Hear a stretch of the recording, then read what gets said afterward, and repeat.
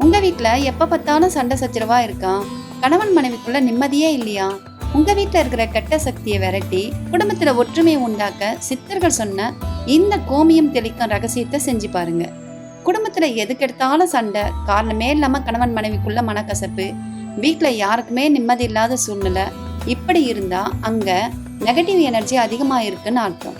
இதை வேரோடு அடிக்க 30 முக்கோடி தேவர்கள் வாசம் செய்யக்கூடிய கோமாதாவின் கோமியத்திற்கு நிகரான ஒரு பொருள் இல்லைங்க. நாட்டு மருந்து கடையில சுத்தமான கோமியம் கிடைக்கும், அதை வாங்கிக்கோங்க. செவ்வாய்க்கிழமை அப்புறம் வெள்ளிக்கிழமை காலையில ஒரு சொம்பு தண்ணியில ஒரு மூடி கோமியம், கொஞ்சமா மஞ்சத்தூள், அப்புறம் ஒரே ஒரு சிட்டிகை பச்சை கற்பூரம், இது மூணையும் சேர்த்து நல்லா கலந்துக்கோங்க. இந்த தீர்த்தத்தை உங்க வீட்டு பூஜை அறையில வச்சு குலதெய்வத்தை வேண்டிட்டு வீடு முழுக்க மூளை முடுக்க எல்லாம் தெளிச்சு விடுங்க.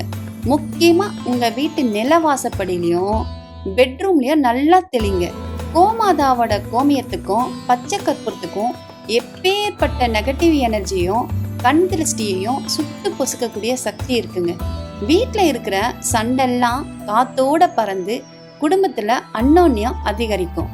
வாரத்துல 2 நாள் இதை தெளிச்சுட்டே வந்தா உங்க வீடே கோவில் மாதிரி மாறிடும்.